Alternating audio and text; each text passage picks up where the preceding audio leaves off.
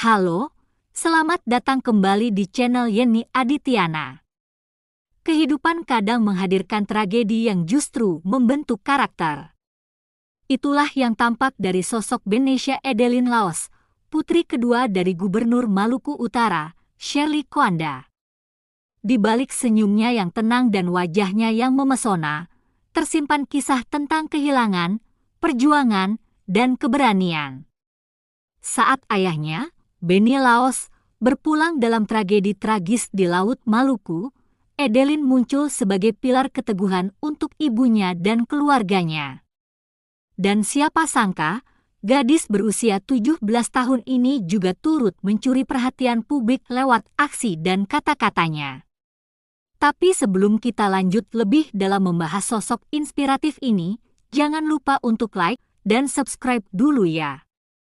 Karena setiap kisah yang kami bagikan bukan hanya informatif, tapi juga bisa menggugah hati dan memberi inspirasi buat kamu yang lagi mencari arah, semangat, atau sekedar cerita untuk direnungi.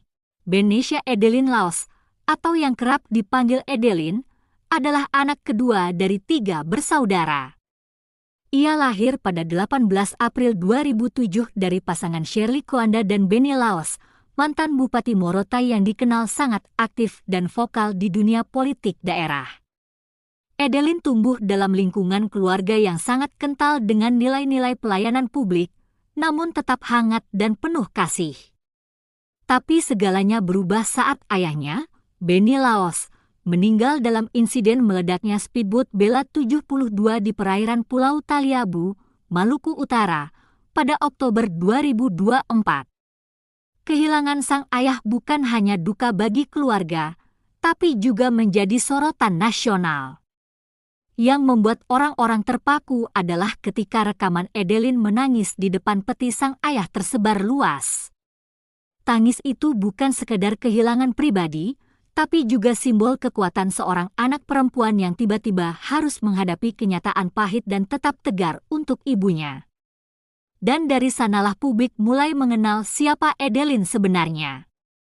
Saat ibunya memutuskan maju dalam Pilkada Maluku Utara menggantikan mendiang suaminya, Edelyn dengan penuh kesadaran tampil di berbagai kegiatan kampanye. Meski masih remaja, ia berani berdiri di depan ribuan orang, berbicara dengan percaya diri, bahkan menyampaikan pidato dalam 2 bahasa yang mengundang decak kagum.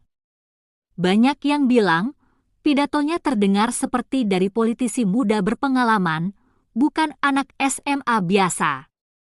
Sorotan bukan datang dari nama besar ibunya, tapi dari kemampuannya sendiri. Namun menariknya, Edelyn justru bukan tipe yang haus eksistensi. Ia tergolong jarang membagikan kehidupan pribadinya di media sosial. Meski sering disandingkan dengan artis-artis muda Korea karena wajahnya yang imut dan bersih, Edelyn tidak larut dalam pujian. Ia tetap menjaga dirinya, menunjukkan bahwa kecantikan sejati bukan hanya soal penampilan luar, tapi juga karakter dan sikap dalam menjalani hidup. Beberapa sumber menyebutkan bahwa Edelyn memiliki ketertarikan dalam dunia seni dan sosial.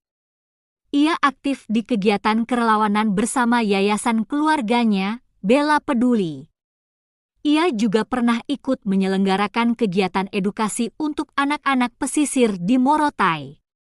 Ini menandakan bahwa empati dan keberpihakan pada masyarakat kecil bukan hanya jadi nilai di keluarganya, tapi sudah mengalir dalam dirinya.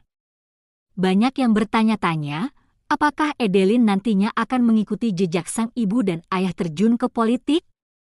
Jawabannya belum pasti. Tapi melihat bagaimana ia membawa dirinya hari ini, tak menutup kemungkinan bahwa Edelyn bisa menjadi pemimpin masa depan, bukan karena terlahir dari keluarga elit, tapi karena ia tahu bagaimana berdiri ketika semua orang duduk, dan bicara ketika yang lain memilih diam. Dan di tengah segala sorotan dan prediksi publik, Edelyn tetap Edelyn, anak muda yang masih mencari jati dirinya, tapi tidak ragu menunjukkan ketegasan dan kepedulian. Ia bukan anak yang hanya berlindung di balik nama besar orang tuanya, tapi berdiri dengan caranya sendiri, perlahan namun pasti.